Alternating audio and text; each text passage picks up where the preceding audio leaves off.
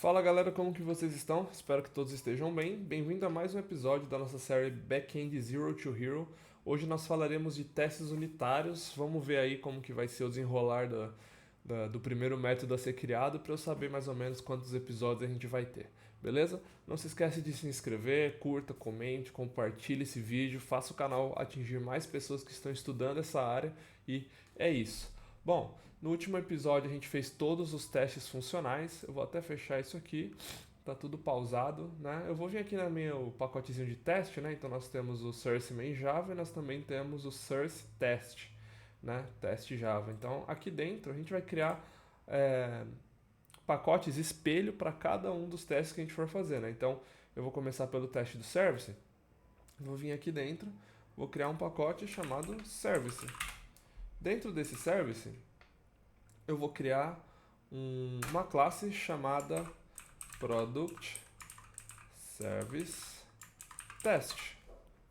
Simples assim. A Product Service Test é onde eu vou colocar todos os meus métodos de teste. Beleza? Opa, aqui. É isso. Então, vamos lá para fazer umas explicações primeiro. Tem várias formas da gente criar testes unitários, beleza? Eu não vou entrar aqui em todos os cenários possíveis e que a gente pode fazer e não sei o que lá. Eu vou simplesmente passar para vocês uma forma que você testa de fato o seu método, que você consegue fazer e é uma forma que você pode aplicar no trampo, nos estudos e vai dar bom, beleza? Então é isso. Aqui, ó, uma das coisas que a gente já pode fazer é anotar como Spring Boot Test. Porque da mesma forma que o nosso main é anotado como Spring Boot Application, o Spring Boot Test é para subir um container para caso a gente faça alguma injeção de dependência, a gente tem ali no container do Spring e a gente consiga usar. Simples assim. Como a gente está falando que a gente vai testar a classe de service, a gente já precisa do nosso service aqui. Então, private product service ponto e vírgula arroba autowired. Beleza.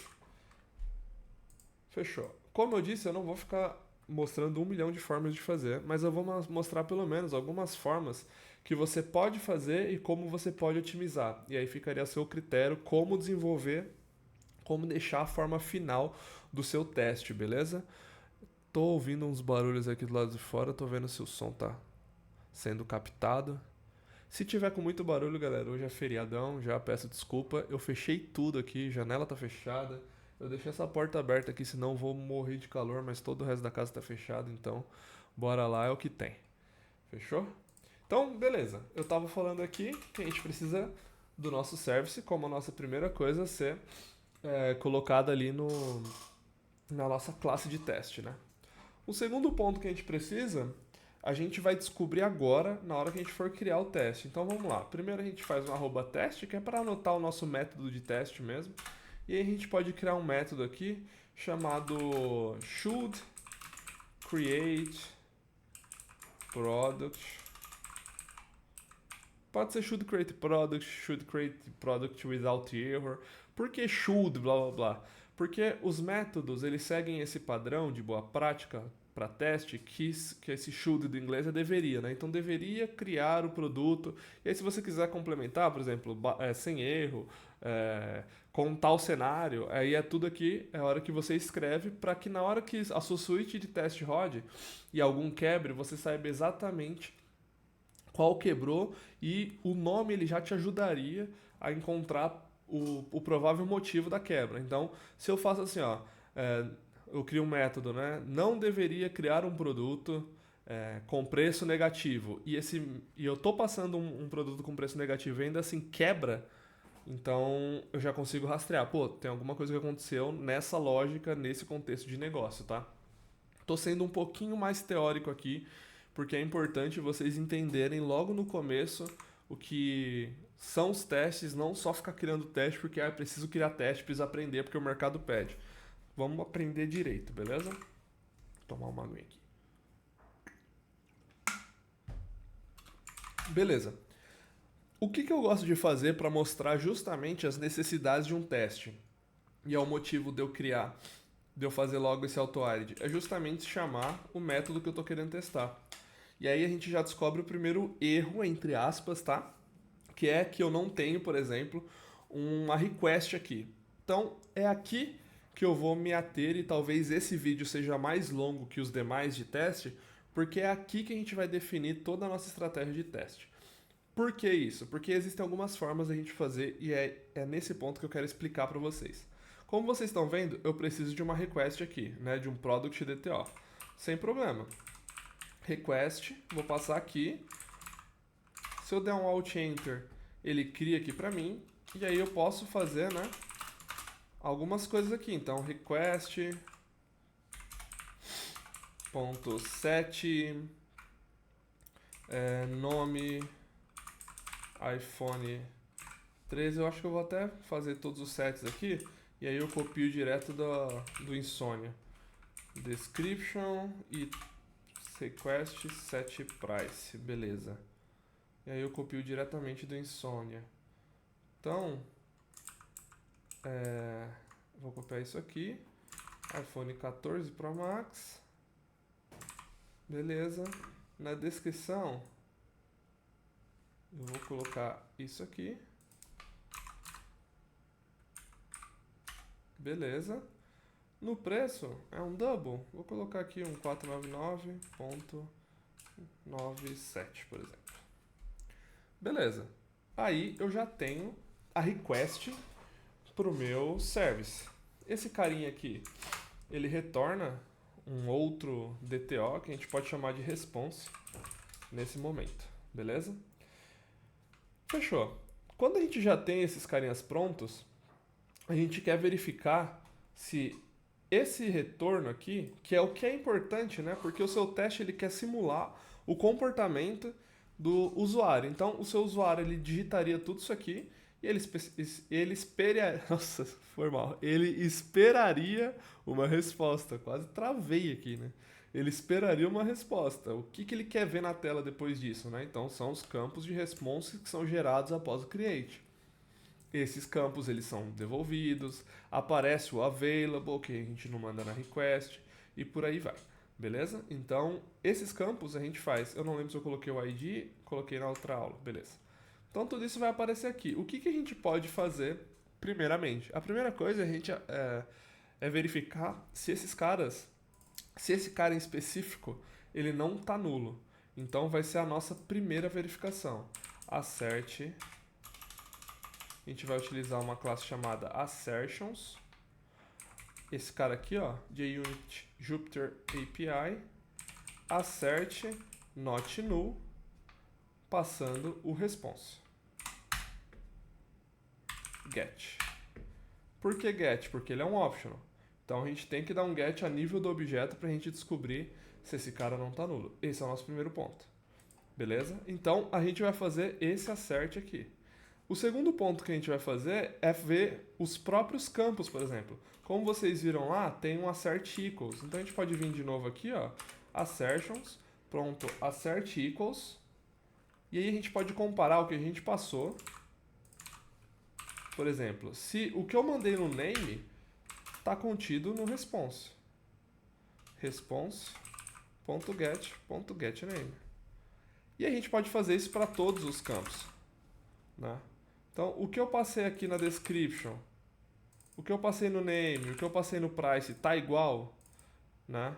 Get price e também get price. Essas coisas estão iguais, porque se não tiver igual tem alguma coisa errada, né? Tem algum processo no meio do meu teste que deu errado. E também assertions.assertTrue, por exemplo, para ver se o response get.isAvailable, né? Porque ele já nasce como true. Então a gente quer descobrir justamente se tá tudo certo aqui. A gente pode vir aqui,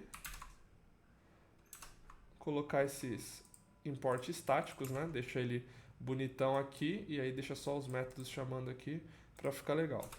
Vamos ver se esse cara passa.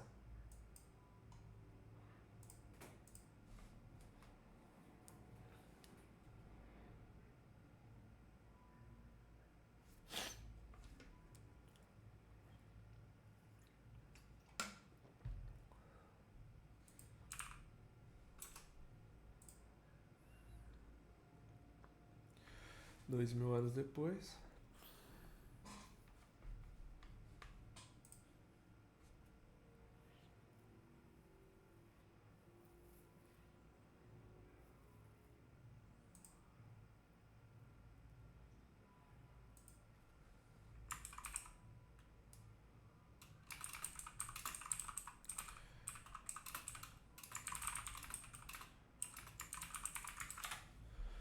Show de bola, os testes passaram, quer dizer, o teste passou e fechou. O que eu quero mostrar para vocês é o seguinte. A gente tem, por exemplo, outros lugares que vão utilizar isso aqui, no caso do nosso método de update. A gente vai utilizar uma estrutura muito parecida com essa, o que é problemático. Então, uma outra forma de a gente resolver isso aqui é dessa forma. Eu venho aqui, coloco um atributo global, beleza? E ao invés de inicializar ele método por método, eu crio um método de setup.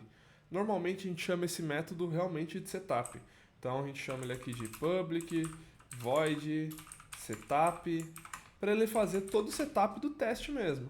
E aí, ao invés de eu utilizar isso aqui por método, eu utilizo isso aqui de forma global. Essa é uma forma. Todo mundo que for utilizar vai estar aqui, ó. Vai estar global e para isso funcionar, a gente precisa de uma anotação chamada before each.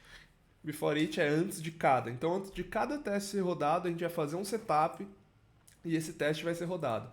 Isso é outra forma de fazer, né? Você inicializa o objeto global, coloca todos os valores e todo mundo que depender disso vai ter todos os valores setados previamente.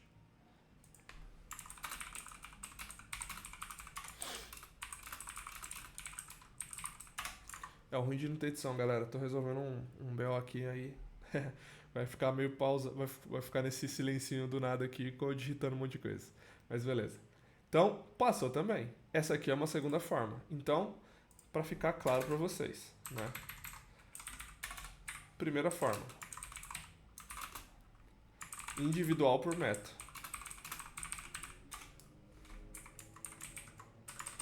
Por método. Segunda forma.